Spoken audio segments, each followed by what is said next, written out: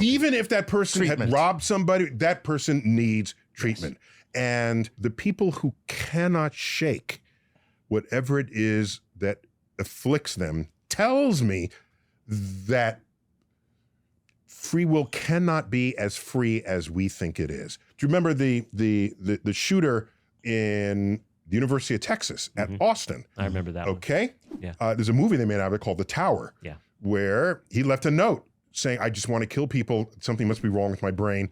Please, when I die, Look into this. They looked, and there was a tumor putting pressure on a part of the. In fact, that's how we learn anything about how the brain works when you have situations like this. Person had the free will to write a note.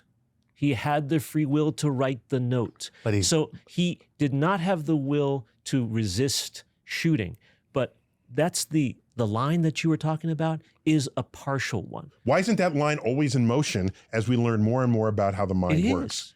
It is. Okay, so then maybe it's a line of convenience today, but tomorrow we're going to find out, oh my gosh, that person has no real free control over their behavior, over their personality, over their tendencies, over their treatment of others. It's not a line of convenience. It is, in your words, a perimeter of ignorance. When Newton said we couldn't explain certain things, right? God must have done it. Of course. That's a God of the gaps. Of course. That delineates what we don't know. The line you describe, I hope, is in fact that perimeter of ignorance which we slowly are moving toward and moving so that we do understand what the true nature of free will is. So this is where people will push back.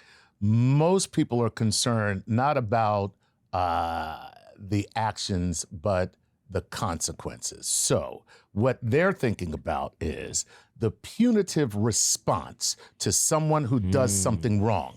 And is a punitive response a deterrent for somebody doing something wrong or doing something wrong in the future? Especially if they don't have the free will. Right. So there's the other side of this entire analysis is how does society interact with people who are being brought into the circle day by day. We're learning what we have control over and what we don't, biophysiologically, intellectually, emotionally. Yes. Why do people need anxiety meds?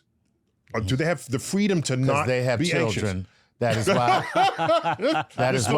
I'm telling you, I'm taking them every day, and I got 3 reasons that I take them every day. Some kids need them because they have parents. No, I'm just saying. Very nice, very nice. Okay, so Charles, if we're going to exit this conversation, if we find a point of agreement, it's that this perimeter of ignorance, we recognize inside the perimeter there are forces operating against free will. Yes. Our physiology, our neurochemistry, and physics. Yes. That surely that perimeter may grow. Yes. But it's possible that there's a limit to how far it will grow. Yes. Beyond which we have to admit the existence of free will. Yes. Okay, I'll give you that. There Very nice. we are. That's a great job. It doesn't have to be absolute in one direction or another. It's a bit more fluid. Okay. And I'm okay with that. There is uncertainty in the universe. I embrace it. I'll tell you this much. I've been married for 20 plus years. I do not have free will. On that note, Chuck and Charles, thanks for helping us with this explainer. Awesome. On the perspectives, let's call it, but emergent perspectives on free will. Neil deGrasse Tyson for Star Talk, yet another explainer in the universe. Keep looking up.